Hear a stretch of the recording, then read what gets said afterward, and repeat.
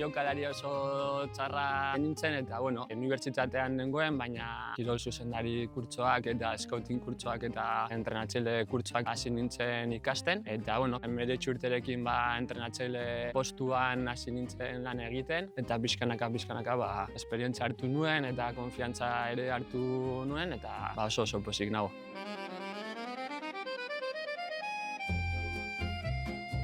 Kargu hau onartzea izan zen nire bizitzako erronkarik handienari aurre egitea. Ez bakarrik imagina nezakelako honek zekarren lana eta baizik eta alde emozionaletik. Atletik sale edo atletik jokalari hoi baino gehiago Lezamako seme bezala ikusten dut nire burua. Lau pareta hauen artean hasi eta hezitako persona moduan. Eta zure gain eukitzea aukera jaso dozun hori guztia itzultzeko edo nik honekiko daukan maitasun hori beste hainbat eta hainbat umeri helarazteko barrenetik konektatzen nauen zera bat da, erronka bat.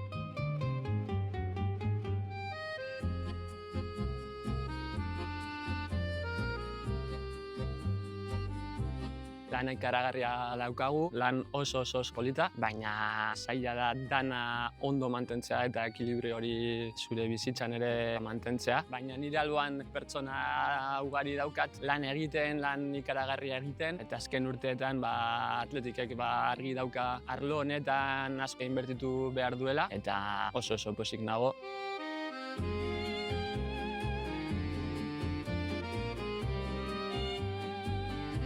Horren beste persona alkar bizitzen gabizen leku baten, emaitzak betartean dagozen leku baten, kontratuak berape nahiko laburra diren espazio baten transmititzea edo helaraztea nolabaiteko lasaitasuna dan, umorea dan, umore ona dan, hemen egoteko gogoa dan, espazio hori alkar banatzeko gogoa dan, baina guzti hori nik garrantzia handia emoten dotzet. Niretzat amets bat da, hemen egotea, hemen lan egitea eta pasio hori saiatzen naiz ere transmititzen.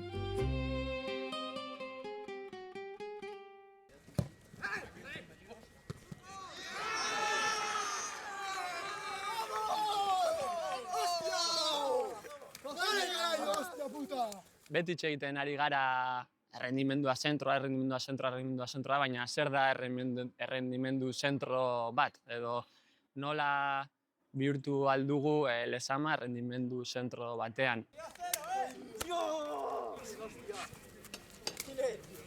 Jokalari onak egiteko formula eta guzti horren inguruan nik zalantza baino ez dauzkat, ez dakigu zer egin behar dan egia esan jokalari onak eukitzeko.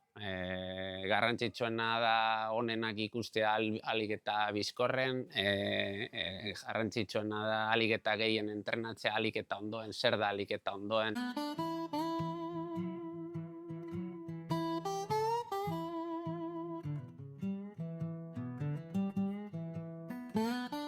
Mikel González eta Eneko Bóveda, bata 38 urteko getxoztarra, Atletikeko futbol zuzendaria.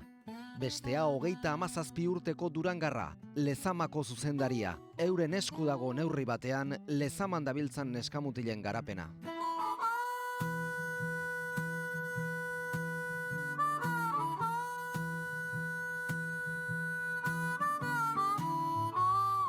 Guretzat jokalaria zentroan egon behar da, hori oso argi daukagu. Nola egin aldugu jokalaria indartsuago, azkarrago, lesioarik gabe edo lesio gutxi edukitzea, nola ulertzen du jokoa.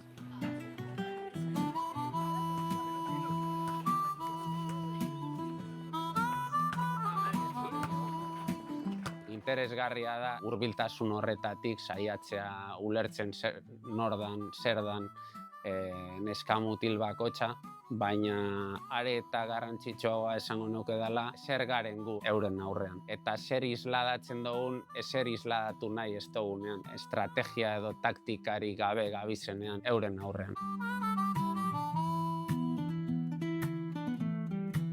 16, 17, 18, 19 urterekin zer aldatu edo ze hobetu behar du jokalari hau lehen taldera heltzeko. Ze igual dakizu 3 urteetan posizio horretan lehen taldean behar duzula. Eta nola egiten dugu hori? Teknologia asko erabiltzen, programa individualak erabiltzen, jende asko lezaman lan egiten, danak profesionalak, danak 24 ordu gure jokalarietan pentsatzen, eta gero pasio askorekin eta bihotz askorekin jokalarien alboan egotea. Jokalari gazteen bidelagun egokia izatea ez da samurra.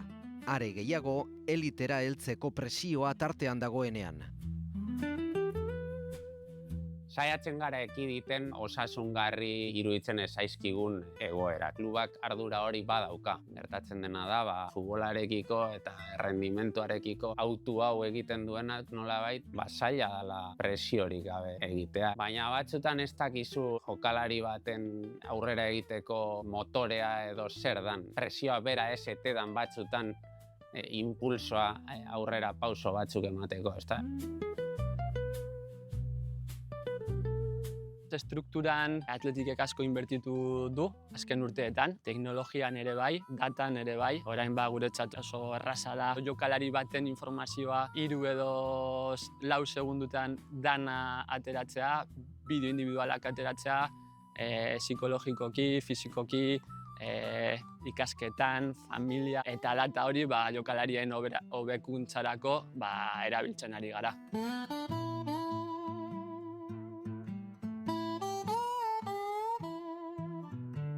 Beti gaude zabalik zientzia eta metodo berriak ikasteko, eta batzutan atzerrira joaten gara, beste taldeen metodoak ezagutzeko eta ikasteko. Unibertsitate batzuekin lan egiten ari gara.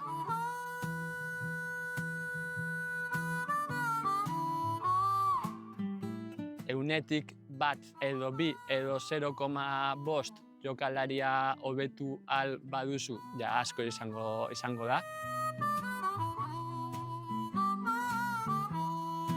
Ez da erraza, batzutan lan asko egiten dugu ezertarako, baina hemen Lezaman oso garrantzitsua da individualizazio hori hobetzeko. Urtez urte neskatila mutiko berriekin hornitzen dute Lezama, baina aukeraketa prozesua gaitza izaten da oso. Zer da jokalari on bat 12 urterekin edo 13 edo 14 urterekin, galdera oso ona da. Igual oso ona da bere fisikoa oso indartsua delako 12 urterekin, baina 16-17 urterekin fisikoa normala da. Eta normalean beti pentsatzen dugu jokalari hau zer izango da 18, 19, 20, 21 urterekin. Fisikoki, teknikoki, taktikoki, bere entornoa nola den, dana ezagutzea saiatzen gara. Ez da erraza, baina arlo honetan ere bai zientzia eta dana sartzen dugu pixka bat proiekzioak egiteko, eta gure begiarekin ere bai saiatzen gara desizio on bat hartzea. Lezaman pozik daude egiten dabiltzan lanarekin. Jakitun dira ereindakoaren emaitza ez dela berehalakoan jasotzen, baina zain egon barik gogoa etenbako hobekuntzan daukate jarrita. Prozesu oso luzea da, harrobian. Beti pentsatzen ari gara nola hobetu, nola lagundu. Zure exigentza puntua ez badago beti goian, normalean akatsak egingo dituzu eta atletiken akatsak oso garestiak dira.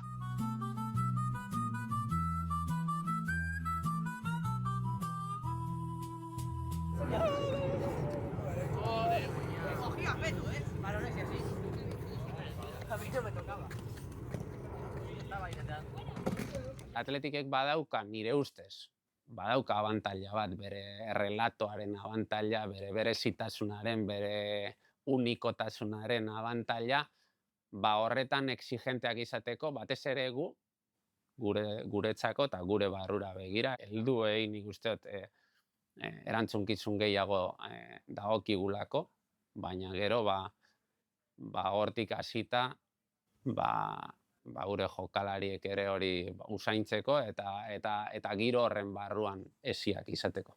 Orduan, aste honetakoa itxita dago. Aste artean gurekin entrenatuko dute, aste azkenean igual plan individualetik jo ze minutu asko izan ditu selekzioekin. Aste azkenean jolasten da?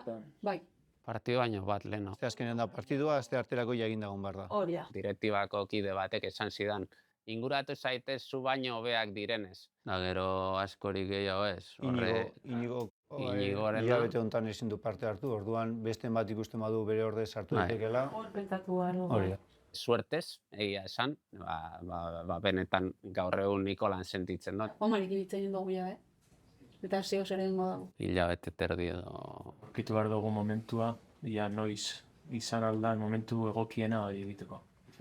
Gertatzen dena da mutila desesperauta dagoela, lehenbailen egoteko. Aitor Ugarte eta Nekane Diez volantea hemen eskuartean badaroat, eure dira apurtxo bat, gradu batzute esbiatzen duanean, bere bidera itzultzen laguntzen didatenak, eta baita Xabi, Mikel, Andima eta Rafa be bai. Privilegiatu eta oso esker honeko sentitzena zeurek nire ondoan egunero eukitzeaz.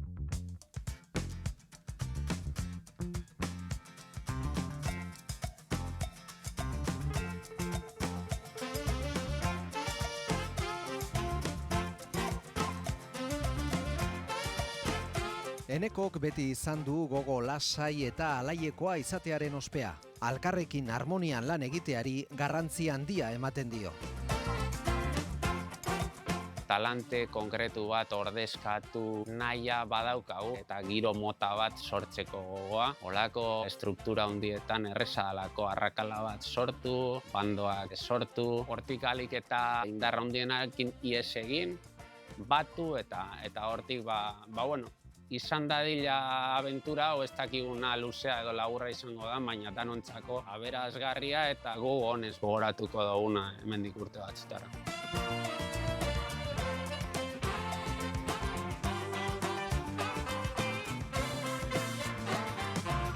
Nik deskubri dudot niretzako zea berazgarria zan kontrako eritziekin bizitzea, hori kudeatzea, ondokoa zoriontsu egiten duten zerak aurkitu eta horren bitartez estimulatu eta ingurukoen potentzial ariketa handiena bilatzea noberabe aberazteko.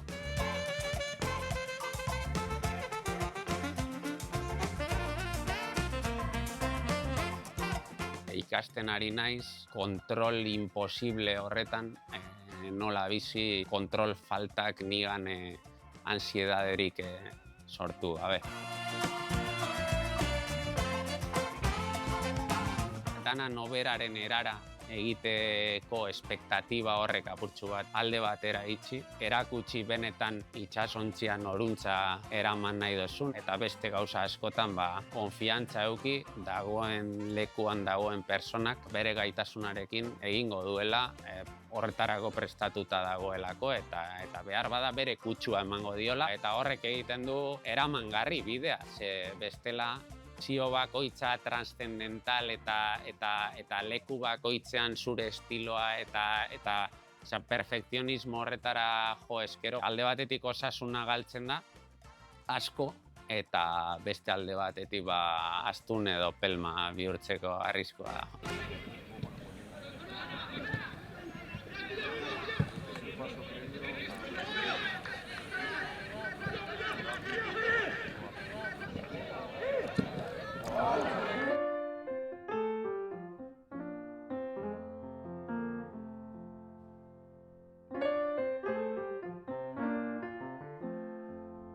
Eneko Bobeda orain 3 urte hasi zen lanean Lezaman, eta iazko ekainean izendatu zuen Lezamako buru Mikel Gonzalezek.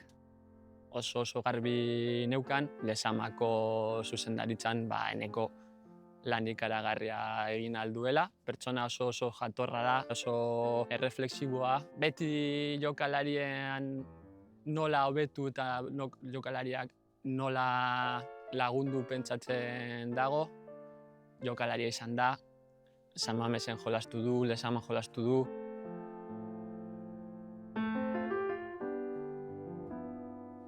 Segaitik deitu zidan Mikelek, eta ze demontre espero zuen nigandik, zer ikusi zuen nigan, beste bati deitu ordez niri deitzeko.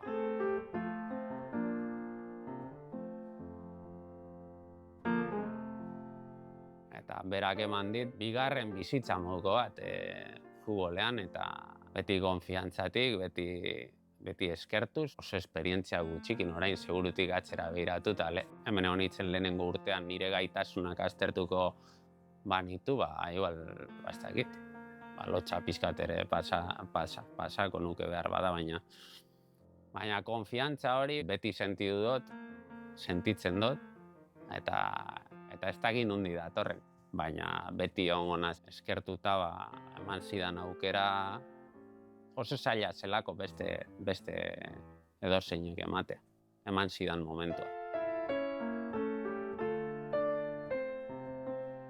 Lan asko dauka, lan hau batzutan ez da erraza, batzutan ez da polita, baina oso pozik gaude bere lanarekin, eta konfiantza asko daukagu Enekoren lanean. Enekok be laudorioz betetako berbak baino ez dauzka Mikelen dako. Oso kapasa, oso azkarra, oso ordenatua, hainbat eta hainbat konflikto eskuartetik pasata, oso kapasa. Konflikto horren garrantzia maila ondo aztertu eta gero kudeatzeko, badaki distantzia hartzen momentuak ala eskatzen duenean.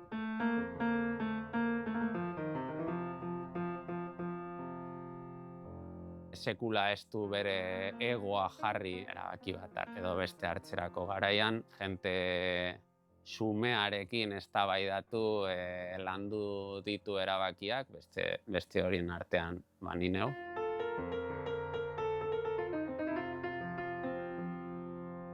Uste dut zaila dela atletiken edo beste dozein klubetan, baina gehiago atletiken bera atletizale izan da eta segurutik txikitatik hainbat eta hainbat aldiz amestuta nolabait lezaman egotea edo atletiken parte izatea. Zaila dela atletikentzat bera baino persona egokiago bat aurkitzea.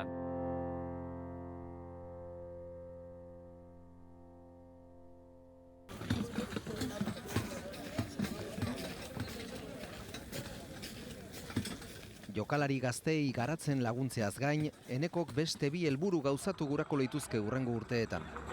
Alde batetik euskerari benetako bultzakada bat emotea, bere normalkutzan, bere erabileran, bere lesamako presentzian. Eta gero bigarrena, arrobiko emakumezkoen taldek eurek, neskek eurek eta neskekin dauzen tekniko guztiek, sentitzea eurekin izan garela hurbilak, eurekin izan garela kariñosoak, eurekin izan garela bai baliabidea jartzerako garaian, bai partiduak ikustera joaterako garaian, beti egon dela gure taldearen presentzia bat, euren garapenean lan polit bat egiteko, mutilekin egiten dugunaren modukoa edo antzeko.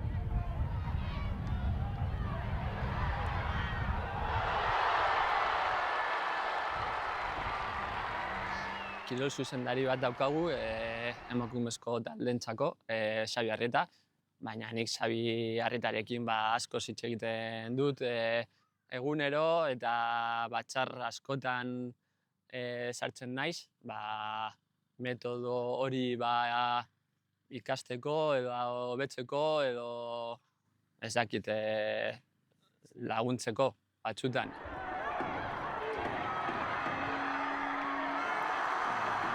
Talde gazte bat daukagu eta talde hori nola indartu aldugun eta pixka bat berarekin lana egiten ari naiz eta niretzat ere bai reto handia da, beste mundu bat da metodoan eta oso polita da ere bai.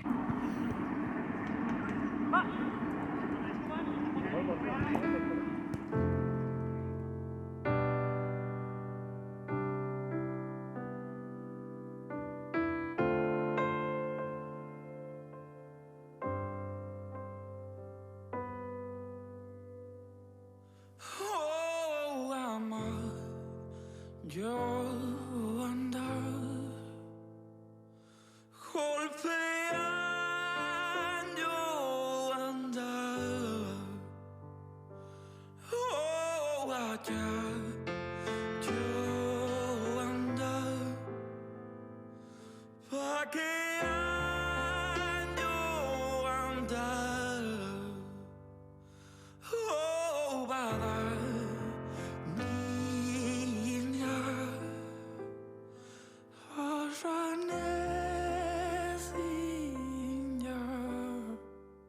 beti pentsatzen ari gara nola hobetu, nola lagundu, eta lana zaila da, lana batzutan edo futbolean beti kortoplazista edo begirada kortoplazista izaten da. Azken bi urteetan emaitzak ikaragarriak hartu ditugu, baina gure lana askotan ez da kortoplazista.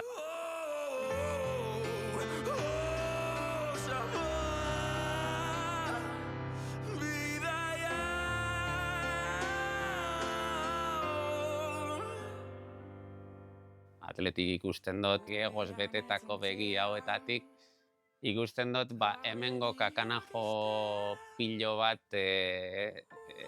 batez beteta, baina San Mamesen. Goean etzontzean, ta begiak ixten, udazken egun ura, datorkit bapatean. Begietan entzuten dut zure Espainek, isiltzen dutena, oiurik gordinena. Inoiz baino zenago isilune, edatxu honetan. Atletiken etorkizuna nire ustez ona da, polita da, eta esperantza handiarekin hartzen dugu.